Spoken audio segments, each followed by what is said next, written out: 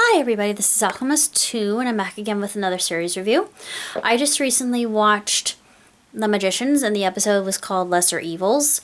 In this particular episode, one thing that I had been hoping would happen actually happened, and that was Elliot singing One Day More from Les Miserables. My life is now complete.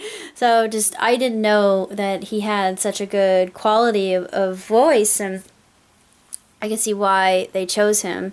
And yes, he would have made an exquisite Valjean.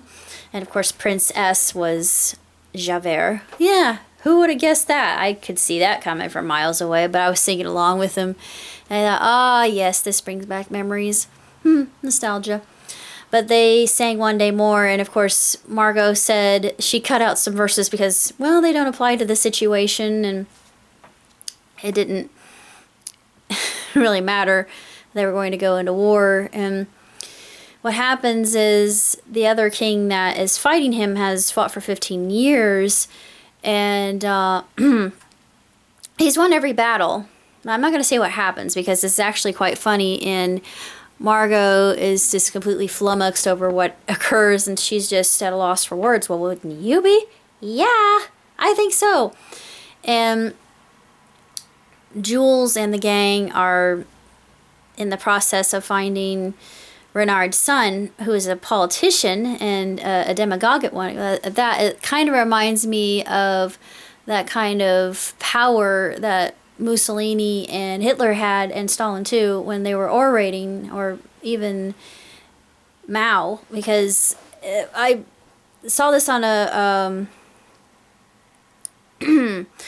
video on YouTube about how they actually used 582 hertz. I think it was Hitler that did that because it's a healing frequency, and it makes everybody comfortable. It's sort of a similar kind of idea when you go to casinos. Well, I'm thinking this is just conspiracy, but I'm not entirely sure it's not. But if you go to a casino, the reason that you are incited to say is because through the vents they actually pump in pheromones, and they illustrate this very well in an Ocean's 13 film. And I thought, so it's not false apparently, and I thought, ooh, I don't know if I want to go to a casino or not because of that, but if I do go, it's just gonna be play with a one-armed bandit or maybe a little bit of roulette, but one-armed bandit's where I'm gonna stick because I'm very fortunate. But anyway, I'm getting off track. Alice is still trapped within Quentin's body, and Quentin is brought back to break bills because he's dying very quickly, and Fogg and the other faculty, they're looking him over, and of course Alice begs him, please don't box me, please don't release me, etc. And Jules, I don't really have a whole lot of sympathy for her in this episode. I'm sorry, but she just comes across as a huge C word. Pardon my French, but just what she did was inexcusable. It was absolutely abysmal and just despicable on every account. And I can see why Margot, or I mean her friend, not Margot, I can't remember the other girl's name, but I can see why she was sequestered and placed where she can't do any harm to anybody. And of course, I remember what was said, what Renard said about her shade, and that'll prove interesting later on, I think, because it's yeah, pretty scary.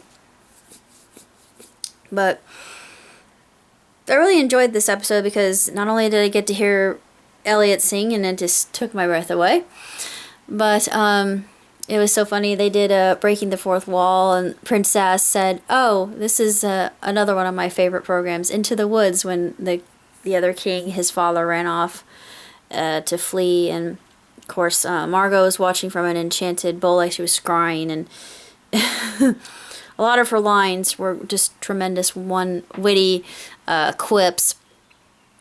But I'm curious as to see where they're going to take it in the next episode, because of course Nif and Alice was released, and now she can try to enact the magic of Brother Lawrence, and hopefully she does. But it was never successful, so maybe she's going to be the one who breaks that barrier and releases herself from basically limbo and hell.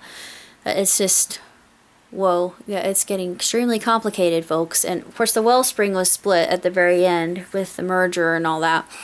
But I thought, ooh, yeah, and Margot just might regret having dealt with fairies, because if you've read the Dresden Files, in any other kind of fantasy literature, it doesn't matter what it is. You go back into Irish folklore, they are very mercurial and very crafty and extremely capricious beings, and they cannot be trusted.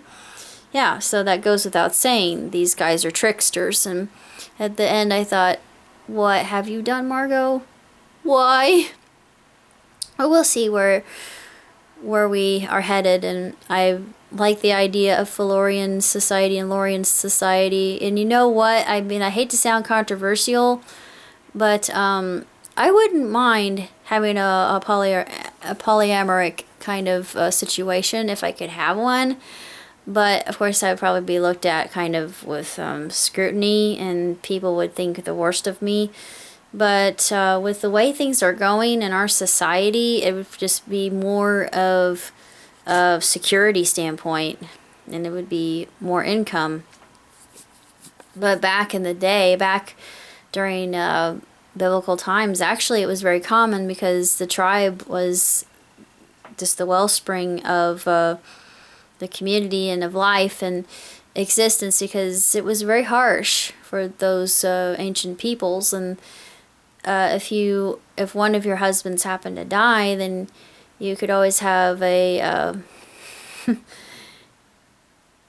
a backup, basically, another one to step up where, you know, yeah. But it's just